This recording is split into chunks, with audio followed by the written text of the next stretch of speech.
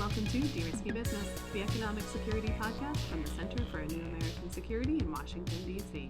I'm your co-host, Emily Kilpriest. And I'm your other co-host, Geoff Gertz. On this special bonus episode of De-Risky Business, we're taking stock of some of the Trump administration's day one actions on economic security. We'll get into the unfinished business from the Biden administration that the Trump team will have to take on, what we learned from Trump's America First trade policy executive action, and we'll share a few thoughts on what else the new administration could do to kickstart its economic security agenda. And check out the new report from CNAS with recommendations for the administration's first 100 days from our experts across a range of foreign policy and national security issues. This episode is supported in part by Amazon and through general support to the CNAS Energy Economics and Security Program.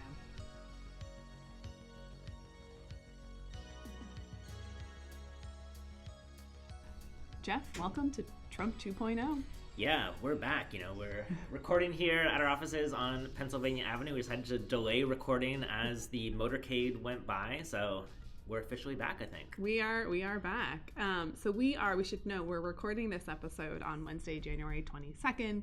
There's already a ton to unpack in terms of the Trump 2.0 economic security agenda, but important to kind of date mark the conversation as well, because we certainly could see things come out in the next couple of days, and we will catch up on the next episode for anything that we miss. But today, what we wanted to get into on this episode are three things. First, unfinished business, or the hangover from the Biden administration that the Trump team is going to have to deal with. What we learned from the America First trade policy document that was released on day one from the Trump team. And we, of course, have a few thoughts on how the Trump team can get off on the right foot when it comes to the broader economic security agenda. Yeah, it's definitely a sprint through the final days of the Biden administration with lots of new export controls and restrictions coming out, kind of off to a sprint here again in Trump 2.0. Yeah, catch your breath. Let's do it. Okay, so first, let's start with the Biden hangover.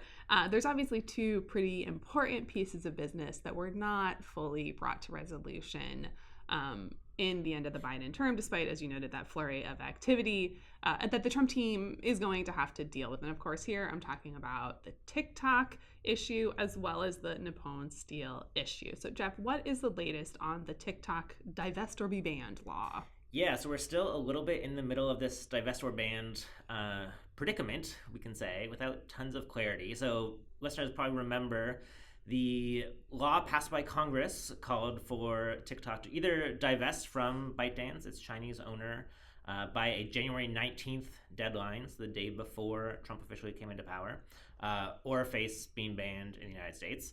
The divestment did not happen, as I'm sure everybody is well aware. So again, we got to January 19th. That's real kind of uncertainty hanging over it. The Biden administration put out some kind of, a bit unclear statements, but basically saying we are not taking any action. We leave it to the incoming Trump team. We're not going to kind of start sending out new arrest warrants on a Sunday evening as it's our last day in office here. So it'll kind of fall to the Trump team to enforce it. Facing this uncertainty, TikTok briefly did go dark on January 19th, so the deadline came into force. Whereas TikTok did not need to sort of technically go dark. They kind of took the decision to take their app offline, as it were.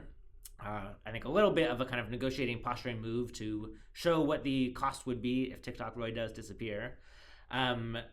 Then we had this funny scenario over the kind of subsequent 12, 24 hours where the Trump administration started putting out statements saying we're not going to enforce the law, at least for a time being.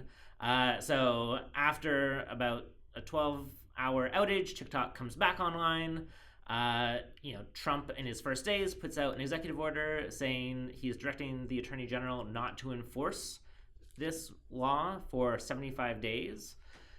It's not entirely clear the legal status of this order, I will say. The law that Congress passed is still the law of the land, but that's where we are now. Yeah, and another data point, of course, is that the TikTok CEO attended President Trump's inauguration. Yes. So clearly there's movement to try to get to some sort of negotiated outcome here that allows the app to continue in the United States, but to really address the concerns around the Chinese ownership. But as you noted, kind of outside the bounds of what was fully contemplated in the law that was passed by Congress, that was signed by the former president, and we're in kind of uncertain territory in terms of well, what do you do if there's a law on the books that the president just doesn't really want to enforce? Yeah, exactly. And this, matters for TikTok. What it actually really matters for are the U.S. companies that are kind of, facilitating and allowing TikTok to operate. So mostly we see it really matters for Oracle, obviously a massive data server company that appears to be a kind of key client of TikTok's in terms of hosting all of their local data. So Oracle is currently, turned the servers back on for TikTok as far as we can tell, kind of continuing to operate. The other companies it really matters for are the app stores, so particularly Apple and Google. What's really interesting is that, these two stores have taken the opposite position of Oracle. They are currently not offering TikTok for download. So we see this kind of divide between these US companies facing large compliance risks if they are kind of, again, in breach of the law that Congress passed and the former president signed, but with President Trump coming in and saying, don't worry about it, you're not going to actually face the fines you would face if we enforce this. Yeah, I can't imagine that makes any corporate legal department super comfortable to have a company be in violation. And it's worth foot stomping here that the fines and penalties are not just or not on TikTok itself. It's on the Apples, the Googles, the Oracles. It's the companies that actually make the app run in the United States that really could have these consequential fines. So what do you think happens next? Actually, I'm not going to ask you for a prediction, but what should we be looking for in terms of congressional reactions here? Is there a sale? Like, what are the various paths this could take? Yeah, so first on Congress actions. So we've seen a number of statements come out from Congress. Obviously, recall this passed with broad bipartisan majorities. There's tons of support for this when the law passed last year. Obviously, the politics have changed a little bit, particularly for Republicans who now have the majority in both the House and the Senate. So we've seen, I think, some kind of cautious statement saying the national security risks are still there. I support President Trump to finally get to a deal. We're sort of aligned with him in spirit and wanting to keep TikTok operating while resolving the national security risks. Again, the Trump executive order, even if it sort of flouts the congressional law, it's not clear anyone's really going to stand up to challenge it. It's not clear who would have standing to do so if they wanted to. So I suspect it's going to persist. Maybe the more interesting question is like, what's the actual resolution here? And again, keep in mind, this is the fundamental debate on how do we allow TikTok to operate while resolving the national security risks goes back, 5 years now to the first Trump administration. So we've been having this discussion for a very long time, have not gotten to any kind of actual resolution. I still frankly think a sale is possible. I think, Trump does want to come in and play the deal maker here. He wants to be the one to be able to save TikTok.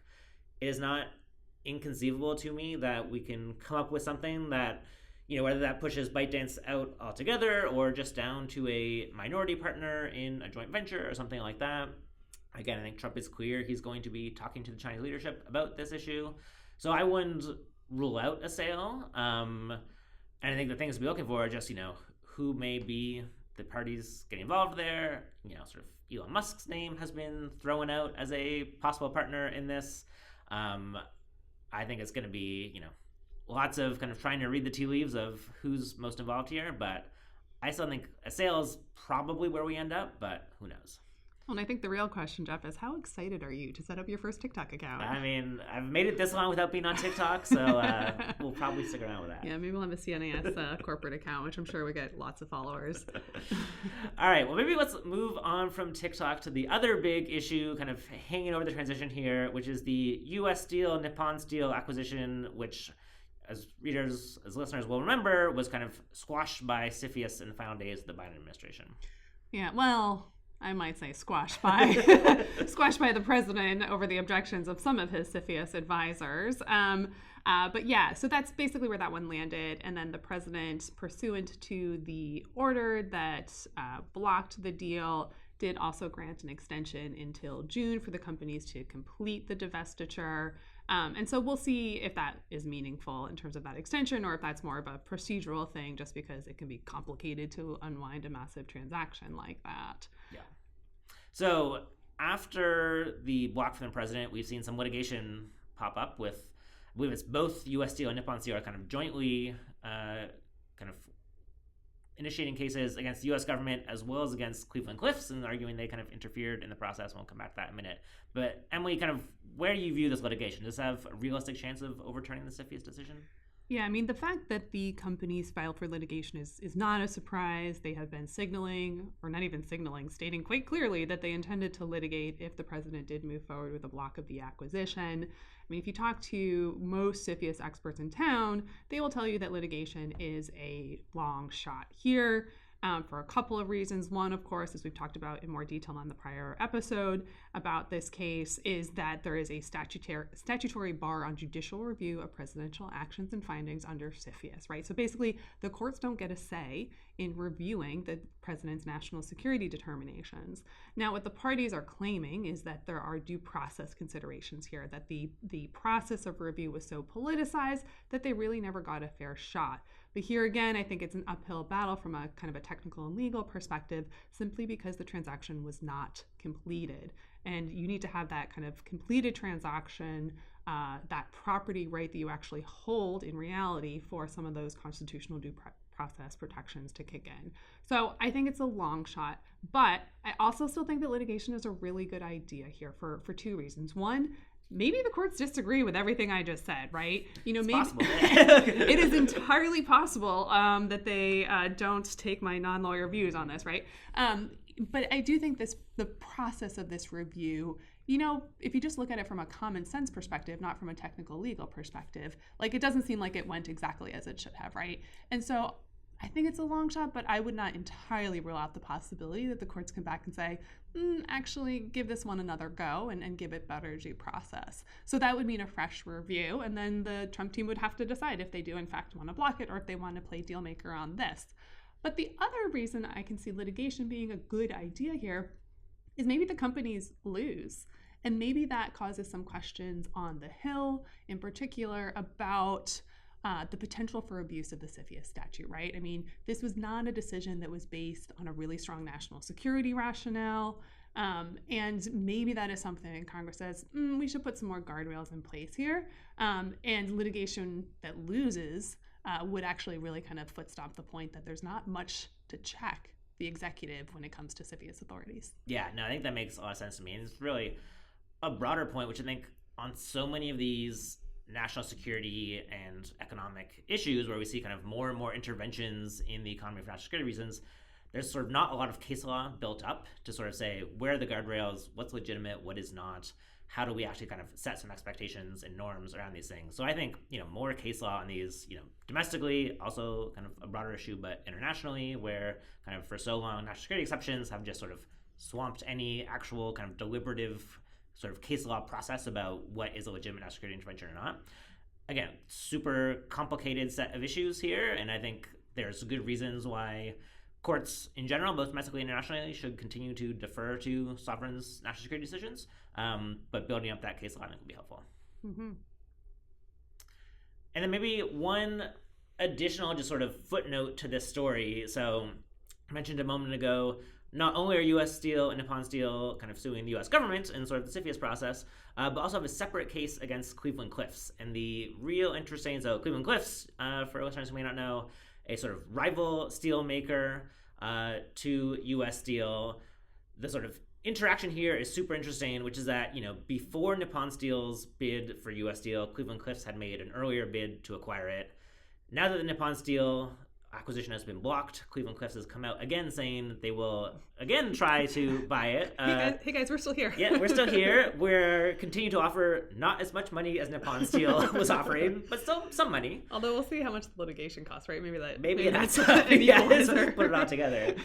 But I think, it does sort of get to this question of, was Cleveland Cliffs, and again to the point of sort of guardrails and appropriate uses of these national security exceptions, kind of, was Cleveland Cliffs kind of interfering behind the scenes to try and kind of push CFIUS in a direction, not out of any sort of patriotic national security interest, but because Cleveland Cliffs wanted to buy U.S. Steel at a lower price than what Nippon Steel is going to pay. So we'll see how this is all going to play out. I think, before anything with the kind of Cleveland Cliffs acquisition of U.S. Steel will happen, we'll have to sort of resolve all the outstanding court cases in the Nippon Steel. So this is not imminent by any means. There's then a whole other set of kind of antitrust competition issues, which, if you had Cleveland Cliffs acquire U.S. Steel, you then really would be down to sort of a single monopoly provider for a lot of things. In particular, the auto industry is very worried about what may happen to the price of the steel that they use in these types of scenarios. So lots going on here, but suffice to say, the steel industry remains a very interesting political place for economic watchers. Okay, so lots of unfinished business for the Trump team to have to deal with. But let's move to their more affirmative agenda. What do they want to do? What did they come into office really prioritizing? And we are, just 2 days in, and I think we're starting to see the outlines of how they're going to approach the trade and economic security portfolio in a little bit more detail, kind of getting beyond the campaign statements that are more rhetorical than, policy driven. So what are we seeing so far? So, maybe one thing to start with this that we didn't see is kind of immediate announcement of new tariffs. So I think there was this debate in terms of, day one, we're sort of immediately implementing, 10% tariffs, 25% tariffs, whatever it may be. We did not get that, but we did get some other things that seemed to lay the groundwork, Emily. Yeah, that's absolutely right. I mean, so as we look at what we've seen so far, I think there's 3 main takeaways that we're drawing, particularly from the America First trade policy statement or memo that was released on the first day, which we'll link to in the show notes. But 3 main takeaways. First is the tone, and I'll get into this, but there's clearly a merging here of trade and national security in a way that just wasn't as present in the Biden administration's approach. So that tone, they're clearly setting it deliberately early on. I think that's important and worth talking about a bit. They're also, as you noted, laying the groundwork for a whole suite of new tariffs or trade-related actions. So it's definitely not the case that companies or other countries should breathe a sigh of relief because we haven't seen the tariffs yet. Instead, I think it's more mark your calendars for April 1st, which is when all these new investigations and reports are due to the president, because there could be a whole lot of action in this space once those essentially homework assignments are done. And then the third key takeaway that I got from this was that in certain areas, there is a lot of continuity, particularly around some of the more national security minded economic security policy tools. So like export controls, outbound investment. There's not a repeal. There were repeals of many executive orders in other policy spaces, but not in this space for the most part. And so I think that's really important to know. But let's unpack that a little bit. Okay, so maybe should we start with sort of tone? What was your big takeaway of the tone of the America First trade policy statement? Yeah, so I actually want to read a little bit of it, and it's the very first sentence and paragraph of this document. And I think that tells you a lot in terms of how they're thinking about this and framing it and prioritizing.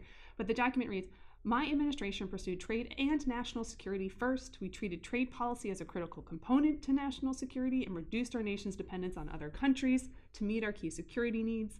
I am reestablishing a robust and invigorated trade policy that promotes investment and productivity, enhances our nation's industrial and technological advantage, defends our economic and national security, and above all benefits American workers, manufacturers, farmers, ranchers, entrepreneurs, and businesses." And in some respects, that's just a bunch of our favorite policy buzzwords, and that's great. But I also think that they are very deliberately saying trade and national security, particularly in the context of having China as our major foreign policy challenge, you can't treat these as separate siloed policy areas. We have to think of them in tandem. Yeah. And I think that's a really important, and in my view, good signal coming out of this team of, one thing we've been talking about on this podcast a lot is these things are just coming together, and policy needs to reflect that. How we run the government needs to reflect that. Yeah, I think, they've just been on a collision course for a long time, going back, again, things we've talked about for ages, but sort of, the Russia invasion of Ukraine, kind of COVID, sort of the increasing focus on supply chain security. There are all these areas where national security and economic policy are intervening. I do think the Biden team often tried to keep these in sort of somewhat separate silos, sometimes more successfully, sometimes not. But it does seem there's a real big shift here of saying, the purpose of trade policy is a focus on national security and kind of the old world of sort of 1990s kind of opening and integration and everything else, and sort of a real focus on economic efficiency as what's driving our trade policy, and kind of a real focus on access to new markets. That's a piece of it, but is by no means the first piece. The first line of the executive order is trade is a critical component to national security. Yep, I think that's a super important message that folks should take away. Now, it's not without risks, right? I mean, as we've talked about before, including in the Biden administration, like with this growing idea of what economic activity counts as national security, you do run this risk of like everything is national security, therefore nothing is national security. How do you prioritize it? How do you make sure that this sort of kind of necessary coherence between these policy areas doesn't lead to just like an inherent hunkering down instinct? Yeah. So there's that kind of long-standing problem. But there's also another piece of this that I wanted to highlight. It's really interesting. So Stephan Miran, who's been nominated to serve as Trump's White House chief economic advisor, had in a paper, and we'll link to this in the show notes, some argumentation around a different type of linkage between trade and national security. And it was this idea that, particularly in the context of tariffs and potential tariff retaliation, that the U.S. should actually leverage its security role, its role as providing security for Europe, for a lot of the world, to get what it wants on the economic front. So, for example, if we impose tariffs on Europe and we're concerned about European tariff retaliation, maybe we just say, well, don't retaliate on tariffs, because then we'll just pull back the security guarantees and we'll deprioritize NATO. That is a very different type of trade and national security linkage. That would definitely be disruptive and new. But again, if you've got folks like, the chief White House economic advisor who have at least thought about it in those terms, it's certainly worth paying attention to. Yeah, and I think, look, obviously that's a very aggressive negotiating posture to be taking. I do think there's a sort of interesting logic here, actually, that links back to sort of how a lot of these things were being thought about, back in the 1940s and 1950s, and sort of that early kind of post-World War II economic order. And I do think a lot of policymakers back then did have a similar understanding of how important the trade order was to U.S. national security, and did think a lot in terms of, the United States is trying to build a international architecture that protects our national security and kind of challenges our competitors, and that the economic frame of that architecture was critical to U.S. national security interests. So there's a part of it that, you could kind of see going back to that, of sort of saying, all right, we need to make sure that our trade partners and our security partners are closely aligned. And again, will that mean Europe does not retaliate against tariffs? I'm skeptical, but the kind of, it's not a completely alien idea that these things are linked here. Okay, so what else are we taking away from this, right? So clear linkage between trade and national security, but also a lot of homework assignments for the various agencies, and in some ways some helpful indicators about which agency is going to be in charge of which piece of this portfolio, which is actually really helpful in the context of some of the confusion that came out of the nomination of Howard Lutnick as the Secretary of Commerce with authority over USTR, and we kind of weren't quite sure what that meant, given that USTR is a cabinet-level agency, et cetera. But there's some specific homework assignments in here that are worth talking about, at least in broad terms. Yeah, so I think there've been a fair bit of debate kind of coming into the Trump administration in terms of what different legal authorities might he try to use to impose tariffs. I think what you see in this memo here is sort of at least laying the groundwork for kind of an all-of-the-above approach, right? This is sort of going through a lot of different potential authorities to impose new tariffs. And essentially what we see in this order for now is directing agencies to spend the next 2 months kind of doing a review of various economic and national security concerns to determine, is there a need for tariffs here? Yeah, and it's important to emphasize this is a top-to-bottom trade policy review. Like, they're covering a lot of ground here. There is not surprisingly a lot of focus on China here. So there's direction to the USTR to review the Phase 1 agreement commitment. So this was the trade deal that was struck by the Trump administration the first time around after the tariff escalation. And so they're coming back to that, and they're saying, well, how did China do on that agreement that we negotiated the first time? There was obviously the purchase commitment aspect of that. So China was supposed to buy a certain level of ag goods and other goods and services. They never met those commitments. But there was also some traditional trade stuff in there, right? Like, China was supposed to address IP protection issues. They were supposed to address forced technology transfer. And that Phase 1 agreement does include dispute resolution proceedings. It does enable tariff escalation at the unilateral discretion of the United States. So I was looking at that China piece as a pretty clear signal that they are going to come back to the phase one agreement. They want to make China comply with it, and that's the type of negotiating structure that they'll be looking at when it comes to dealing with China directly. Yeah, maybe it's worth also noting here that Scott Bessent, in his testimony before the Senate to be confirmed for his role, also brought up the phase one agreement. So I think specifically talked about the purchase agreements as an area where there's sort of some unfinished business there.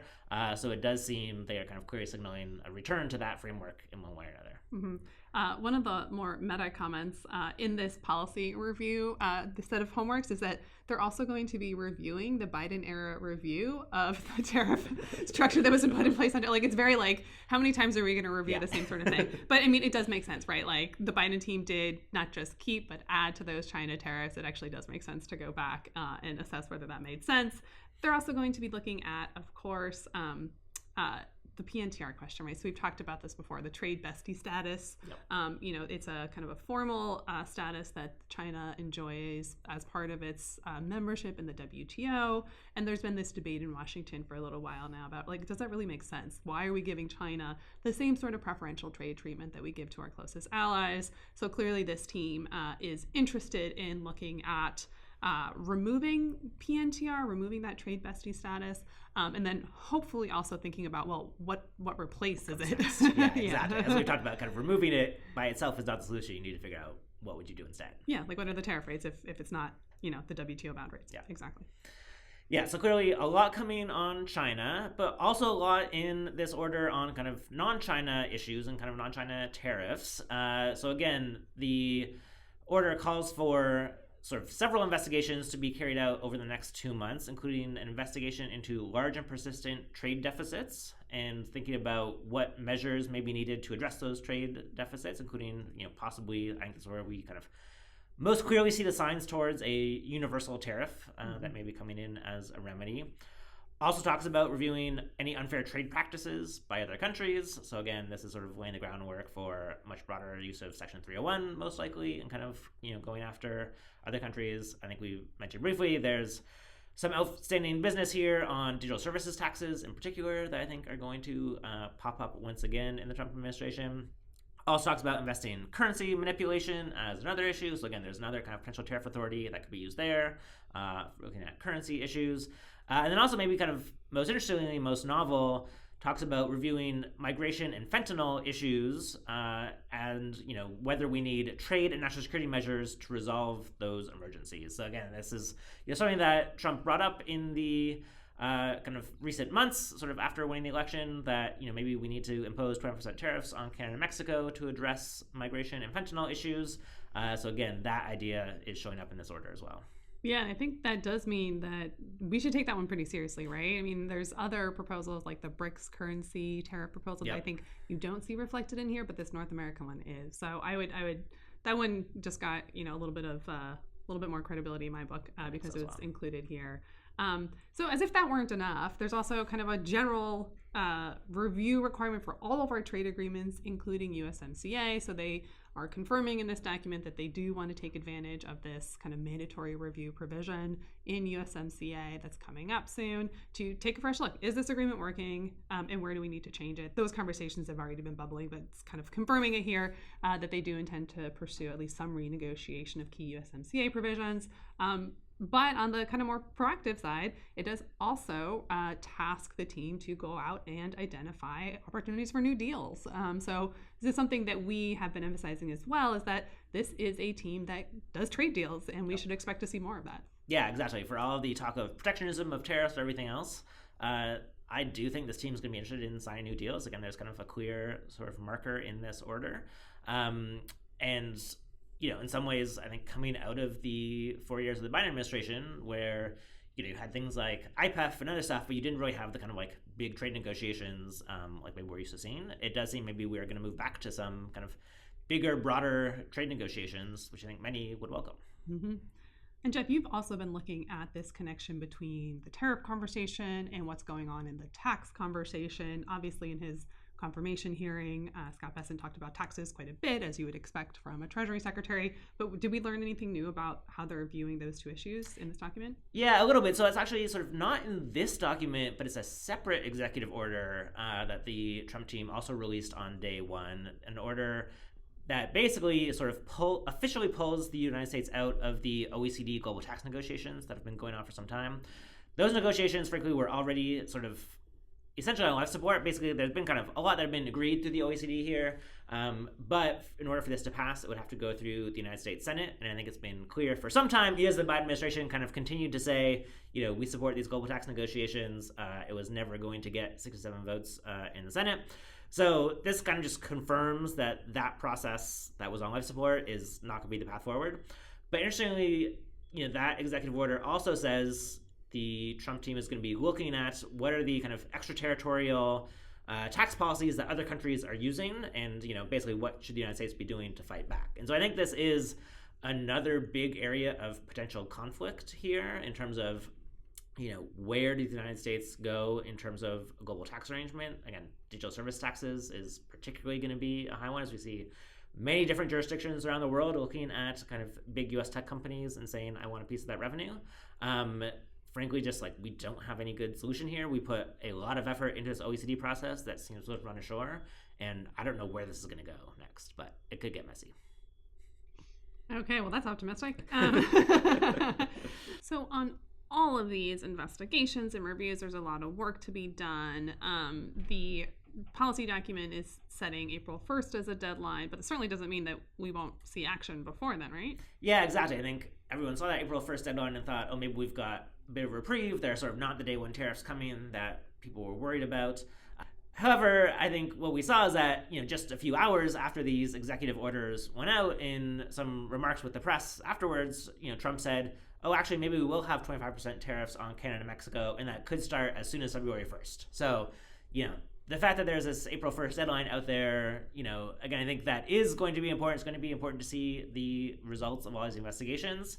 But we shouldn't assume that means there's not going to be any news between now and then, because it's clear that Trump is still interested in at least kind of threatening the use of tariffs before then, and I think still a bumpy road between now and then. Yeah, so we've been talking a lot about kind of laying the groundwork for a new approach on trade and tariffs. I think that is going to be one of the bigger points of departure moving from the Biden administration into the Trump 2.0 administration. But there's also some signaling in here. Again, a lot of homework assignments and review assignments, but when you look at how they're discussing things like export controls, the ICTS program, right? So the program that is going to restrict imports of connected vehicles, of drones. When you look at the comments around outbound investment, they're also reviewing that, which again is appropriate coming into office. You want to look at some of these novel policy instruments that have been set up. But it seems less like they're going to change it radically. I mean, we don't know, right? Who knows what the reviews will say, but like on outbound investment, for example, is take a look at this and see if it's good enough, basically. Yeah, no, that seems right. I think a few things are notable. One is that they kind of put all these issues into the broader kind of trade policy EO. So I think it does think that they're sort of viewing these things as a holistic toolkit, which again, as we've talked about, I think makes a lot of sense. And then the other, exactly the framing and the tone of them, none of this is sort of, those terrible things the Biden team did, we need to come in and overturn them, which obviously you hear about lots of other policy areas. It's much more, it's like, these things went far, but should they go a little bit further? Let's review them. Let's see if they're working. Let's see if there are loopholes that need to be closed. So again, my sense is that there'll be a fair bit of continuity here with maybe tweaks at the edges. Again, I would suspect the tweaks would be in the direction of kind of expanding, make these bigger programs, but at a high level, they'll look pretty similar to how they look now. Okay, so let's talk a little bit, switching gears here, about how we think the new team can really do more to kickstart its agenda on economic security issues. Obviously, there's a ton that they are doing, including kind of this integration of trade and economic security, which we think is really important. But we have some ideas as well. Yeah, so maybe a good opportunity here to plug a recent CNAS report that came out earlier this week on kind of advice for the Trump administration in its first 100 days. So big, wide-ranging report, kind of drawing across the center's expertise. But there are kind of three specific issues that Emily and I talk about in the report that we thought would be a good place to get into. Yeah, so the three recommendations are that the Trump administration should release a formal economic security strategy, they should develop a clear tariffs roadmap, and they should launch a process to negotiate economic security agreements with close security partners. So, Geoff, what were we talking about on that first one about releasing a formal economic security strategy? Yeah, so, the recommendation here is pretty straightforward. So the executive branch, particularly through the White House, puts out tons of different strategy documents. So obviously, the big national security strategy is the one people are probably most familiar with. But every administration puts out lots of smaller, kind of subject-specific strategies as well. And we think there's a very good case for an economic security strategy. We were just talking about kind of how the Trump team is seeming to think about the economic security toolkit of sort of export controls, outbound investment, the sort of ICTS controls as being part of its broader trade and national security policy. So I think they are already kind of, headed in the right direction here in terms of having a holistic view. But we think it would be really helpful to have one document that actually puts together and says, look, here's how we think about economic security. Here's what we are trying to achieve. Here's the array of different tools at our disposal to kind of carry out this vision. Here's how they are working together, or frankly, not working together in some ways, and maybe what we could be doing better. Thanks, Geoff. And then the second recommendation that we had was or that I had, I don't know if you co-authored this one. I fully sign off on all You're this, disowning this one. Was that the administration should release a tariffs roadmap. I mean, obviously, tariffs are going to be a huge part of the foreign policy approach, the international economic approach. And this team is experimenting with using tariffs in some new ways. And so it would just be helpful to have, again, like a clear vision of what are we using tariffs to achieve? What are the policy objectives between different types of tariffs? Are tariffs negotiable, right? I mean, that's something we're hearing a lot from international partners of, is this something that we can negotiate over? Is there a deal to be had here? Or are we just stuck with higher tariffs? And then we should also think about cost assessments. And so let me unpack a little bit of that, right? So in Scott Bessent's testimony for his confirmation, he actually did start to provide a little bit of a framework for how he's thinking about tariffs and the different policy objectives of tariffs. So he gave 3 buckets of tariffs that might be used under the Trump administration. So one is to address unfair trade practices. So here we can think about the China tariffs. In the first administration, I think they would have put steel and aluminum tariffs in this bucket, right? So there's a problem in the world. There's a distortion in the trade space, and we're going to use tariffs to kind of be a corrective there. Yeah, which is worth noting. That's probably the sort of most common historical use of tariffs, right? And sort of like, it makes sense, sort of level playing field. We need to counter what other countries are doing here. Mm-hmm. The second purpose that Bessent noted was the tariffs could be used as a revenue raiser for the federal budget. And this is something we've heard about before, we've talked about before on this podcast, this idea of a universal tariff, not because we're trying to address an issue in the trade space, but just the federal government needs money. We're having this big debate over what the overall structure of the tax code should be, and we need to get some revenue from somewhere. Yeah, this is the 1890s view of tariffs. And maybe the 2020s view. Maybe, so, it's coming back. And then third, and this is the one that I think is interesting for us as we think about different forms of statecraft, is that Bessent noted that a third use of tariffs could be transactional. It could be negotiating leverage. Clearly, I think we're seeing some of that with the threats of tariffs on Canada and Mexico over the fentanyl issues and immigration, right? So they're clearly thinking about tariffs in very different ways. And so we should just get some more clarity from the team about how they're going to do this. One other interesting data point that Bessent mentioned in his testimony, he made the comment that sanctions seem to have gotten out over their skis. And I think what he was talking about was this general perception that sanctions are being overused. And they are, right? Like, we have research on this that shows that sanctions are being used at historically high levels. Part of this is because of the Russian invasion of Ukraine, but part of it is just because sanctions have become like the easy go-to button on foreign policy issues. And so I think what you're seeing from Bessent's statements and statements from President Trump himself is that they don't view sanctions as their go-to anymore. They're much more interested in experimenting with tariffs as a coercive tool.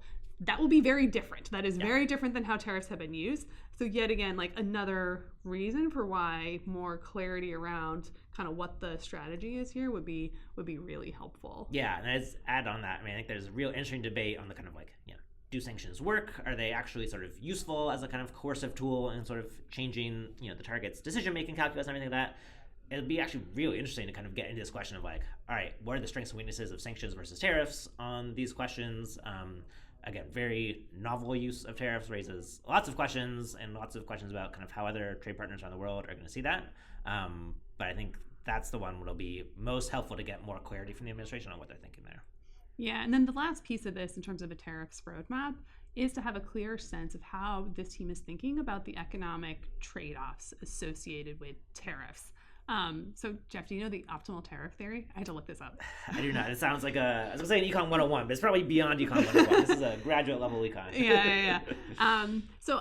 We'll link to this as well in the show notes, but this is something that, again, Steve Barron has talked about, the White House economic advisor. So basically, as I understand it, if I don't mangle this too much, conventional wisdom says that tariffs are basically bad. If there's a 10% tariff on Chinese imports, that means American consumers are just going to pay 10% more on everything. But an optimal tariff theory says that it's a little bit more complicated. The dynamics are a little bit more complicated because when you impose a tariff, you're not just having that impact in a static manner, you're actually having an impact in a dynamic market condition, right? So the tariff itself is going to change supply and demand. It's going to change currency impacts. And to actually assess the effect of the tariff, you have to look at all of those variables, all those dynamics that are happening simultaneously to actually understand if there is going to be that cost to the consumer in the domestic market, if there are going to be those sort of inflationary effects. And I think that's a really important piece to understand in terms of how the Trump administration is looking at the tariff question. And it's another reason why having them be much more clear about the economic rationale for some of these novel uses of tariffs will be really important, right? This is an empirical question. You can model this, you can look at past instances to see if it's working or not. But if the theory is just very different than kind of classical economics, like, great, like, let's have that conversation. Let's see the data. Let's see the modeling around it, so we can really assess whether this sort of policy is working. Yeah, no, exactly. I think one of the points you make really nicely in the paper is sort of, the economists around the Trump team seem to have a very different understanding of how tariffs work and the kind of the cost of tariffs than kind of mainstream classical economists. And again, I think it would be very helpful to sort of spell out what is their model, what's their sort of theory of the case of how they see it. And again, doing that sort of early at the outset so we could then sort of see how this plays out in the world and kind of set some expectations about how we should be evaluating these policies. All right, our third and final recommendation in the paper is to launch a process for negotiating economic security agreements. So what do we mean there? Yeah, so, basically this is a big idea you're going to be hearing a lot from Emily and me in the coming weeks and months probably. But it's sort of rethinking the old traditional trade agreements to put economic security concerns at the center. So, we just mentioned the executive order on trade policy that Trump issued, calls both to review existing trade agreements as well as kind of identify partners for potential new agreements. And we think there's a really good case that in those reviews and looks for new partners, the focus should be on who could sign a kind of high standard economic security agreement. So this would, again, build on sort of traditional trade agreements, but incorporate things like export controls, things like investment security, things like aligning on challenging Chinese economic coercion, all of these sort of economic security issues that we talk about on this podcast all the time. We think there are opportunities to build those into the kind of traditional trade agreement template. Yeah, and the reason we think this is so important is that the traditional trade architecture really focuses on openness and integration, and those are still really important goals, but they kind of carve out all the stuff that we now talk about as the center of these foreign policy debates, right? Export controls, investment screening, ICTS protections. It's just kind of like carved out, like, oh, someone else will worry about that. Sort of, it's an exception that don't ask too many questions about. Yeah. Right, but what we're seeing is that you actually need to link them, right? Like the openness and integration really needs to be linked to the trust and security that some of these kind of more defensive-minded policies are intended to get at. So we think it's a great idea. Certainly open to feedback from our listeners. So do check out the papers. We will put them in the show notes. We'll be working on all of these ideas over the course of the next months and years, as Geoff said, and very much looking forward to a conversation with the community of folks who are following this stuff. Great. All right. Thanks, Geoff. Thanks, Emily. Thanks for listening to De-Risky Business, an economic security podcast from the Energy, Economics, and Security Program at the Center for a New American Security. Have any questions or comments? get in touch at deriskybusiness@cnas.org. The nerdier, the better. And find us wherever you get your podcasts every other Thursday.